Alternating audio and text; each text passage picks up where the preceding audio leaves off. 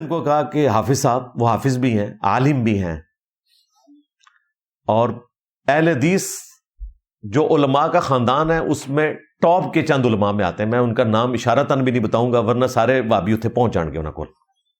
میں نے انہیں فون پہ ڈانٹا، میں نے کہا یہ آپ اپنا غائبانہ نماز جنازہ پڑھو گے، آج ممتاز قادری نکل آئے نا تم سارے وابیوں کو ٹھوک دے،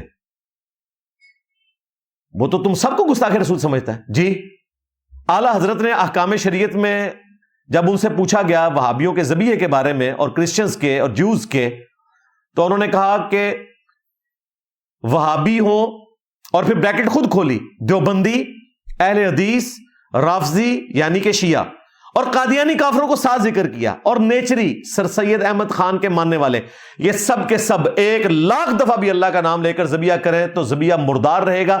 یہ سب کے سب مرتد یعنی کہ واجب القتل ہیں. البتہ یہود و نصارہ کا ذبیحہ حلال ہے. یعنی اعلیٰ حضرت کے نزدیک جو وہابی ہیں، دیوبندی، اہل حدیث اور اہل تشیع، یہ قادیانیوں کے برابر اور یہود و نصارہ سے بدتر ہیں. مجھے کہتے ہیں جینی صاحب کہتے ہیں نہیں قادیانی ہے تو کافر لیکن یہود و نصارہ سے بہتر ہیں. اور سرکار میں تو یہ کہنا نا، اعلیٰ حضرت کہتے ہیں تسی یہود و نصارہ تو گئے گزرے ہو، لو سامو اپنی منجی ٹھلے ڈنڈا پھیرو تو پتہ لگے گا کہ تواڈے نال اعلیٰ حضرت نے کہ کام پا کے گئے نے. اور پھر ملفوظات اعلیٰ حضرت جو ان کے اپنے بیٹے نے جمع کیے، مصطفیٰ رضا خان نوری، اور جس حصے میں یہ ہے وہ اعلیٰ حضرت نے خود پڑھا ہوا ہے. پوچھا گیا کہ جی وہابیوں کے پیچھے نماز پڑھ لیں، انہوں نے کہا وہابی، دیوبندی اور اہل حدیث نہ ان کی نماز ہے، نہ جماعت ہے، ان کی تو اپنی نماز نہیں ہوتی، تمہاری ان کے پیچھے کیا ہوگی. پوچھا گیا مسجد میں پڑھ لیں، کہا کفار کی مساجد گھروں کی مثل ہیں، جس طرح گھر میں مجبوراً نماز ہو جاتی ہے یہ کافروں کی مسجدیں ہیں. اعلیٰ حضرت کو یہ بھی شرم نہیں ہے کہ کافروں کی مسجدیں نہیں ہوتی، کافروں کی عبادت گاہیں ہوتی ہیں. اور اذان کا پوچھا گیا، انہوں نے کہا جن کی نماز نہیں ہے ان کی اذان بھی باطل ہے، سوائے اس کے کہ اللہ کے نام پہ عز و جل کہہ لو اور نبی الاسلام کے مبارک نام پہ دروشی پڑھ لو، اس سے زیادہ کوئی اذان کا احترام نہیں. پھر بابا جی خادم رضوی تے گرجے نے، انہوں نے کہا چھڑ دو وہابیاں دی اذان دا کی احترام، یہ تے سوراں دے سور نے. کہنا انہاں بڑیاں تے اخلاص منگو تو بڑے بڑے لوگ ہم گداواں نو خیر پا ہی دیں گے. چلو جی چلیے، او بھابیاں دی اذان اے تے کیڑا ادب ہے، اے تے سور دے سور ہیں. چلو چلیے.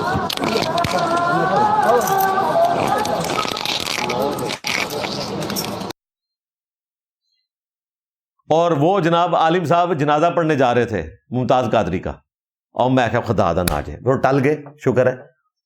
تو اب کبھی کبھار میں ان کو فون پہ چھیڑتا ہوں، میں کہ ہاں جی اپنا جنازہ پڑھنا جے، اپنا جنازہ پڑھنا تھا. ظاہر ہے وہ تو آپ لوگوں کو کافر سمجھتے ہیں. تو اس قسم کے جب علماء کی طرف سے یہ چیز ہوگی تو پھر یہی کچھ ہوگا. اور یہ کام پیچھے سے بگڑا ہوا ہے. صرف ممتاز قادری کو نہیں ہیرو بنایا گیا، ہمارے سلیبس کی کتابوں میں غازی علم الدین کو بھی جناب ہیرو بنا کے پیش کیا. کس چیز کا ہیرو بھائی؟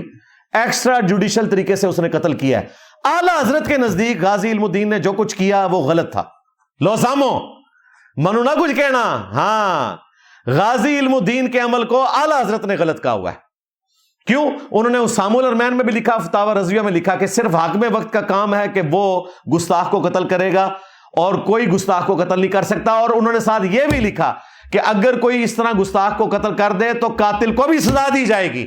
لہذا ممتاز قادری کی پھانسی اعلیٰ حضرت کے تحت 100% درست ہے. منتصر ان کے تھے جان گے کھلوتے ہی اعلیٰ حضرت نے، ہاں گئے. تو اعلیٰ حضرت اس کو جسٹیفائی کر کے گئے ہیں کہ بالکل ٹھیک پھانسی لانی ہے جڑی تسی لائی ہے بائی ممتاز قادری نو. تو غازی علم الدین کی بھی ظاہر ہے اس نے ایکسٹرا جوڈیشل کام کیا. اور آپ اس کی جو 31 اکتوبر 2020 کو جب اس کی برسی تھی نا غازی علم الدین کی، تو بی بی سی نے باقاعدہ ایک رپورٹ چھاپی تھی جس میں 1929 کی جو کورٹ کی پروسیڈنگ ہے لاہور ہائی کورٹ کی، وہ انہوں نے اس میں دکھائی ہوئی ہے، وہ ہم ڈسپلے کروائیں گے. غازی علم الدین نے صحت جرم سے انکار کیا ہوا ہے. ہاں یہاں میرے پاس بھی جتنے آئے ہیں نا، آنے سے پہلے انہوں نے رکے لکھے ہوتے ہیں، پھندے کو چوم لوں گا، اگلے دن صحت جرم سے انکار کرتے ہیں اور ضمانت اپلائی کرتے تھے. بڑا بھی ان کا یہی تھا. اس سے انہوں نے پوچھا کہ جناب تو بازار گیا تھا چھری لی تھی تو نے, اس نے کہا میں تو سبزی کٹنے سے لی سی. انہوں نے کہا کپڑے تیرے ہیں یہ خون آلود؟ وہ کہتا جی یہ قمیض میری ہے شلوار میری نہیں ہے. عجیب مزاح کا خیز قسم کی وہ پروسیڈنگ ہے, میں لگا دوں گا آپ ذرا پڑھیں تو آپ کو پتا چلے گا. تو میں رنگے ہاتھوں پکڑا گیا. وہ کہتا ہے جی مجھے انہوں نے ویسے ہی پکڑ لیا, میرے اوپر جو چوری کا انہوں نے الزام لگایا اور قتل کا الزام لگایا, نہ میں چوری کے لیے آیا ہوں نہ میں نے کوئی قتل کیا. خیر وہ انگریز کی حکومت تھی, اسے قتل کیا گیا. اور پاکستان کی آپ حالت دیکھیں, وہ میاں والی جس جیل میں رہا نا, وہ آج تک وہ جو ڈیتھ سیل ہے نا, وہ موت کی چکی, وہ انہوں نے آنری طور پہ نا سنبھال کے رکھی ہے کہ جی نبی الاسلام یہاں تشریف لائے تھے. نعوذ باللہ, اندازہ کریں غازی علم الدین کو ملنے کے لیے. وہ چکی انہوں نے لاک کر کے رکھی ہوئی ہے, ادھر ہی انہوں نے دفنا دیا. پھر ڈاکٹر اقبال آپ کو پتا ہے انگریزوں کی نظر میں رسپیکٹیبل پرسنالٹی تھے, ظاہر بہت بڑی پرسنالٹی تھے, سر کا لقب ملا ہوا تھا. انہوں نے جناب ریکویسٹ کی, ان کی ریکویسٹ کے اوپر پھر ان کی لاش وہاں سے ریٹریو کر کے تو پھر جنازہ پڑھا کے لاہور میانی صاحب قبرستان میں ان کو دفنایا گیا. یہ لاش ڈاکٹر اقبال کی گارنٹی پہ حوالے ہوئی تھی, کیونکہ انگریز کہتے تھے کہ اس کے اوپر پھر فتنہ ہوگا, لڑائی جھگڑا ہوگا, ہندو مسلم فسادات ہوں گے اور آپ لوگ پروٹیسٹ کرنے کا ہم گارنٹی دیتے ہیں کوئی پروٹیسٹ نہیں کریں گے, صرف جنازہ پڑھیں گے. حالانکہ اس وقت وہ سارے بزرگ زندہ تھے جو نگاہ مار کے چاہیں تو اشاروں سے اپنے کایا ہی پلٹ دیں دنیا کی, وہ سارے زندہ تھے, کسی نے نہیں. وہ ڈاکٹر اقبال نے محنت ماری گورا صاحب کی, انہوں نے ان کے حوالے لاش کی اور وہاں پہ جنازہ پڑھ کے دفنایا گیا. اور وہاں پہ ایک مشہور جملہ بولا ڈاکٹر اقبال نے جو آج تک کوٹ کیا جاتا ہے کہ جی ترکھانا نہ منڈا نمبر لے گیا اسی تے گلا ہی کرتے رہ گئے. یعنی وہ بڑھئی تھا, ترخان ہم استعمال کرتے ہیں پنجابی میں بڑھئی کے لیے, کارپینٹر کے لیے. تو وہ کہتے ہیں جی ہم تو باتیں ہی کرتے رہ گئے, اصل کام تو اس نے کیا ہے. کس نے کیا جی؟ غازی علم الدین نے. اور کہہ رہا کون ہے؟ ڈاکٹر اقبال. ڈاکٹر اقبال صاحب زندہ ہوتے تو ہم ان سے پوچھتے کہ حضرت صاحب تسی صرف شعر ہی کہنا سی کہ محمد سے وفا تو نے تو ہم تیرے ہیں, یہ جہاں چیز ہے کیا لوح و قلم تیرے ہیں, تسی صرف شعر ہی کہنا سی.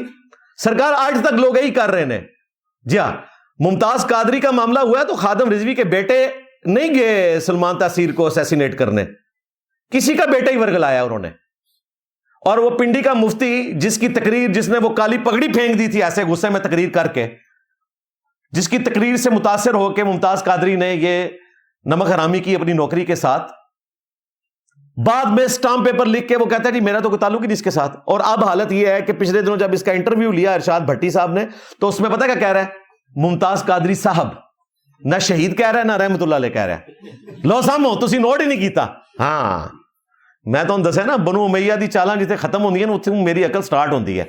ممتاز قادری صاحب نہ شہید بول رہے ہیں نہ رحمت اللہ علیہ بول رہے ہیں, پتہ ہے کم پوایا ہوا ہے انہیں نال ہو کے, بعد اسٹامپ پیپر لکھ کے سائڈ تے ہو گیا.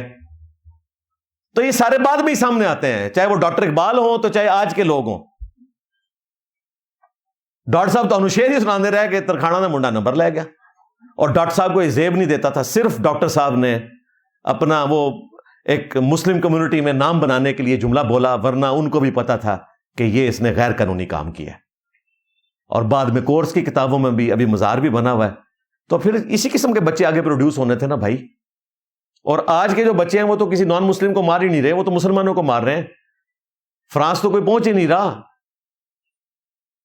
ہماری گاڑیوں کو آگ لگا رہے ہیں, ہمارے بینک لوٹ رہے ہیں آپ کے سامنے, اور ریاست ان کے سامنے بے بس ہوئی ہوئی تھی. اللہ کا شکر ہے کہ اب ریاست نے ہارڈ اسٹیٹ جب بنی ہے اور ان کو قابو کیا ہے, ادروائز تو جو انہوں نے تباہی کی ہے وہ تو آپ کے سامنے. اور جو انہوں نے بچوں کے ذہن خراب کر دیے, ہماری نسلوں کو انہوں نے پرورٹڈ کر دیا, اس کی ریمیڈی تو ہونے والی نہیں ہے, 2-3 ڈیکیز چاہیے اس کے لیے. اس فتنے میں انٹلیکچوئل اور علمی لیول کے اوپر جس نے پھونک بھری وہ تھا ابن تیمیہ, المتوفی 728 ہجری. ابن تیمیہ نے کتاب لکھی الصارم المسلول علی شاتم الرسول, یعنی ننگی لٹکتی ہوئی تلوار ایک گستاخ رسول کے اوپر, یہ کتاب کا نام ہے. اور اندازہ کریں لکھی ہے ایک وہابیوں کے بڑے نے, اور اس کا ترجمہ اور شرح بریلویوں نے پرنٹ کی ہوئی ہے. ابن تیمیہ کی کتاب ایک پیج کے اوپر، یہ ہے سیم پیج، اور اس کا جواب دیا ہمارے پڑوسی ملک انڈیا سے علامہ وحید الدین خان صاحب رحمہ اللہ، 90 پلس کے ہو کے وہ فوت ہوئے، بڑے انٹلیکچوئل آدمی تھے. انہوں نے کتاب لکھی شاتم رسول کی سزا کا مسئلہ. اس کتاب کا جواب دیا، بڑا کمال کا جواب دیا. اس کا PDF رکھا ہوا ہے گوگل کے اوپر، اگر نہ ملے تو آپ نے مجھ سے رابطہ کرنا ہے. mirza_95@yahoo.com ای میل کریں، میں آپ کو PDF بھیج دوں گا. چھوٹی سی کتاب ہے لیکن کمال کی کتاب ہے، کچھ نہیں چھوڑا انہوں نے. اور ابن تیمیہ کا علمی لیول بھی بتا دیا کہ کس طریقے سے وہ غلط رزلٹ نکالتا ہے اور کیا اس نے ہنگامہ اس حوالے سے کھڑا کیا. اعلیٰ حضرت کا تو میں نے آپ کو پہلے ہی بتا دیا کہ اعلیٰ حضرت کہتے ہیں کہ حاکم وقت صرف سزا دلوا سکتا ہے، اور اگر حاکم وقت سزا نہ دے تو آپ نے قانون ہاتھ میں نہیں لینا، اللہ فیصلہ کرے گا. اور اگر کسی نے قانون ہاتھ میں لیا تو اس شخص کو قتل کیا جائے گا جو کسی گستاخ کو قتل کرے. لو سامو، پیچھے کوئی بات بچ گئی؟ اب میں ان کو ایک اور علمی پھکی دوں گا. مجھے بتائیں، سیدنا عمر فاروق رضی اللہ تعالیٰ عنہ نے غزوہ بدر کے قیدیوں کے بارے میں مشورہ دیا تھا کہ انہیں قتل کیا جائے. صحیح مسلم میں حدیث موجود ہے. سیدنا عمر کہتے ہیں میں نے 3 مواقع کے اوپر اپنے رب کی موافقت کی ہے. ان میں غزوہ بدر کے قیدیوں کا مسئلہ تھا، امہات المومنین کے پردے کا مسئلہ تھا، اور تحویل قبلہ کا مسئلہ تھا. ان 3 مسائل میں نے اپنے رب کی موافقت کی، یعنی میرے دل میں جو بات آئی اسی پہ آیات نازل ہو گئیں. سورۃ الانفال میں بڑی سخت آیات ہیں کہ اگر وہ پہلے آیات نازل نہ ہوئی ہوتی سورہ محمد کی تو جو تم نے یہ قیدیوں کو فدیہ لے کے آزاد کیا ہے تو عذاب دیا جاتا. اتنے سخت الفاظ. لیکن نبی علیہ السلام اپنی شفقت کی وجہ سے، سیدنا ابو بکر اپنی نرمی کی وجہ سے اس حق میں نہیں تھے کہ قیدیوں کو قتل کیا جائے، فدیہ لے کے چھوڑ دیا. حضرت عمر کہتے تھے کہ فتنہ ختم نہیں ہوا، ان کو قتل کیا جائے. بعد میں آیات جو ہیں وہ حضرت عمر کی فیور میں نازل ہوئی، لیکن اللہ تعالیٰ نے اس اجتہادی غلطی سے صرف نظر کر دیا. لیکن یہاں سے ہمیں ایک مورل لیسن ملا. سیدنا عمر رضی اللہ تعالیٰ عنہ اگرچہ قیدیوں کے قتل کرنے کے حامی تھے، لیکن انہوں نے اپنے نبی کے ساتھ غداری کرتے ہوئے خود سے قیدیوں کو قتل نہیں کیا. ورنہ کر سکتے تھے، کوئی مسئلہ تھا کہ ان کو قتل کر دوں میں. قانون ہاتھ میں نہیں لیا سیدنا عمر نے. مجھے بتائیں، یہ نمک حرام جو قانون ہاتھ میں لے کے گستاخوں کو قتل کرنے کی کوشش کرتے ہیں، بڑے گستاخ تو وہ تھے جو ہمارے نبی کے مقابلے پہ بدر میں آئے ہوئے تھے. حضرت عمر نے قانون ہاتھ میں لیتے ہوئے ان بدری قیدیوں کو جو کافروں کی طرف سے آئے تھے قتل کیوں نہیں کیا؟ لو سامو، یہ علمی پھکی ہے ان کے لیے.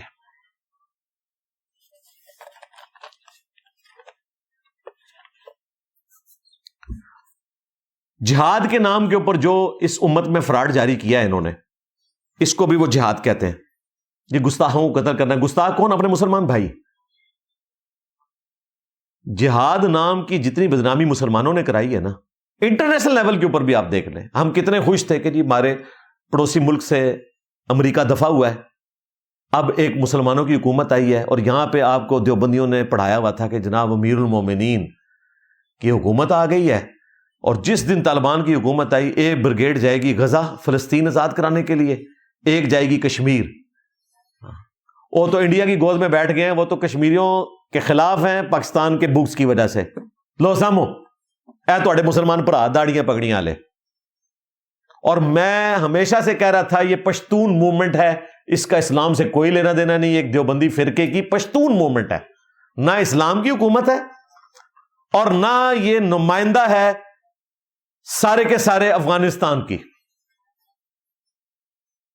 اور وہ آپ نے دیکھ لیا. اور اب حالت یہ ہے کہ پہلے یہ پشتون لڑ رہے تھے امریکہ کے خلاف، اب امریکہ کی جگہ پہ یہ آگے بیٹھ گئے یعنی حکومت میں، اور داعش ان کے خلاف لڑ رہی ہے. یعنی طالبان جو 8 سے 7-8 سال پہلے جس سٹیٹس پہ تھے، ادھر آگے داعش بیٹھ گئی ہے، وہابی اہل حدیث کے جماعت. حکومت میں طالبان آ گئے اور اب پھر یہ آپس میں لڑ رہے ہیں، کیونکہ وہ کہتے ہیں ہمارا امیر المومنین مانا جائے گا، یہ کہہ رہے ہیں ہمارا امیر المومنین مانا جائے گا. یہ ٹوٹل فراڈ کے اوپر سارے کا سارا جہاد کا معاملہ چل رہا ہے. اس جہاد میں کوئی کافر قتل نہیں ہو رہا، سارے کے سارے مسلمان قتل ہو رہے ہیں. اور میں بالکل ایگری کرتا ہوں جو پاکستان کی ریاست نے ان کے لیے ٹرم ڈیوائز کی ہے، خوارج. بالکل خوارج. بخاری مسلم میں حدیث ہے کہ خوارج کی نشانی یہ ہے کہ کافروں کو چھوڑ دیں گے، مسلمانوں کو قتل کیا کریں گے. آج دیکھ لیں کافروں سے انہوں نے دوستیاں گانٹھی ہوئی ہیں. امریکہ آج بھی ان کو ملینز آف ڈالر دیتا ہے اکانومی کے لیے، اور انڈیا سے بھی لے رہے ہیں. مار رہے کن کو ہے؟ مسلمانوں کو مار رہے ہیں، اور یہ جہاد کر رہے ہیں. 100 سے زیادہ اہل حدیث علماء قتل ہو چکے ہیں افغانستان میں. یہ میں اپنے فگر نہیں بتا رہا، یہ اہل حدیث عالم نے خود ویڈیو میں بتایا. اہل حدیث 100 علماء ہمارے کئی اسٹوڈنٹ ہیں رفع الیدین کرنے کے اوپر ان کو صعوبتیں برداشت کرنا پڑی ہیں. یہ کون سی اسلامک گورنمنٹ ہے جی جس میں آپ رفع الیدین نہیں کر سکتے؟ میں تو کہتا ہوں پھر یورپ اور امریکہ بہتر ہے کہ جہاں آپ رفع الیدین کریں، ہاتھ چھوڑ کے پڑھیں، ہاتھ باندھ کے پڑھیں، آپ کے کوئی شولڈر نہیں توڑے گا. تشہد میں انگلی یوں ہلانے کے اوپر آپ کی انگلی نہیں کاٹی جائے گی. لیکن یہی کچھ افغانستان میں ہو رہا ہے. مجھے چھوڑ دیں، آپ صرف اہل حدیثوں سے پوچھیں کہ ان کے علماء اور ان کے عوام کے ساتھ کیا کر رہی ہے یہ دیوبندی حکومت پشتون. مجھے تو چھوڑ دیں، مجھے بیچ میں سے نکال دیں. ہمارے اسٹوڈنٹ کے ساتھ جو ہو رہا ہے وہ چھوڑ دیں.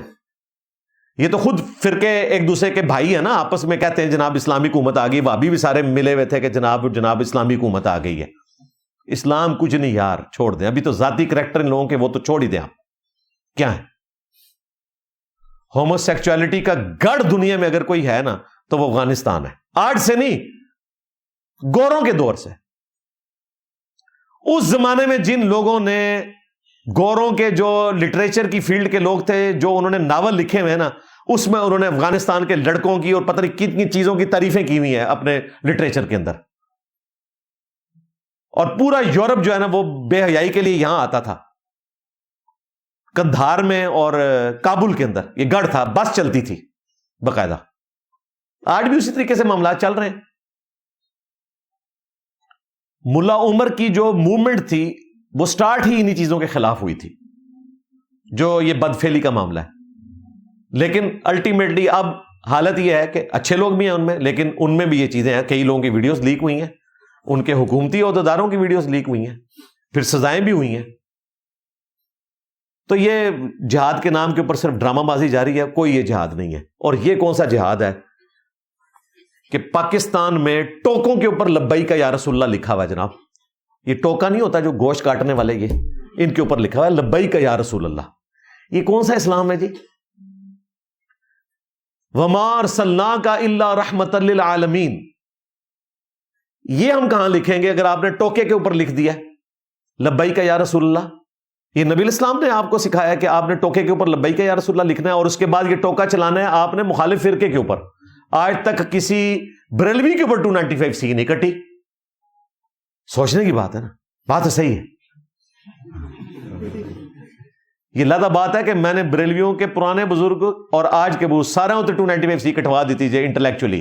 میرے نبی سا ہے ہی کوئی نہیں، تیرے بابے تھے شاہی کوئی نہیں، یعنی چشتی رسول اللہ، ہاں شبلی رسول اللہ، صادق رسول اللہ. 295C کٹی ہوئی ہے نا. میرا جھنڈا محمد کے جھنڈے سے بڑا ہوگا اور محمد اور تمام انبیاء میرے جھنڈے کے نیچے ہوں گے، نعوذ باللہ. ہاں میں ہی موسیٰ ہوں، میں ہی عیسیٰ ہوں، میں ہی ابراہیم ہوں، میں ہی محمد ہوں. ہاں بازید بستامی کے دعوے، وہ میں نے ویڈیو ریکارڈ کروا کے اس چیپٹر کو کلوز کر دیا ہوا ہے. وہ ویڈیو دیکھ لیں. 12 والے اعلیٰ حضرت کے 12 عقیدے میں نے ان کو دے دیے کہ آؤ ویڈیو میں جواب ریکارڈ کرواؤ. چھوڑو ان چیزوں کو، آپ پبلک کو آپ سیٹسفائی کرو، اپنے عوام کو.